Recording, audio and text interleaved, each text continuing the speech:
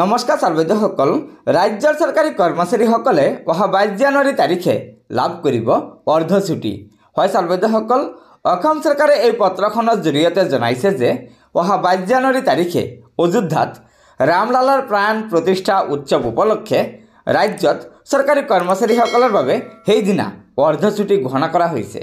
ৰাতিপুৱাৰ পৰা আবেলি 2:30 লৈকে ৰাজ্যৰ সকলো ধৰণৰ চৰকাৰী শিক্ষানুষ্ঠান আৰু চৰকাৰী কাৰ্যালয়সমূহ বন্ধ থাকিব।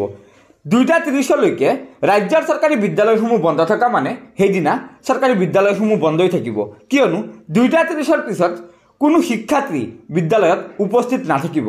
সেয়েহে আশা কৰিছোঁ ৰাজ্যৰ শিক্ষা বিভাগে সেইদিনা অৰ্থাৎ 22 জানুৱাৰীৰ দিনটো চৰকাৰী বন্ধ হিচাপে ঘোষণা কৰিব, কিয়নো 2:30 পিছত ৰাজ্যৰ বিদ্যালয়সমূহত কোনো শিক্ষাৰ্থী উপস্থিত নাথাকিব। গতিকে সৰ্বদসকল এয়া নিশ্চয় আমাৰ ৰাজ্যৰ চৰকাৰী কৰ্মচাৰীসকলৰ বাবে এটা অত্যন্ত সুখবৰ যে অহা 22 জানুৱাৰী তাৰিখে ৰাজ্যৰ সকলো স্তৰৰ চৰকাৰী কৰ্মচাৰীসকলে অৰ্ধছুটি লাভ কৰিব।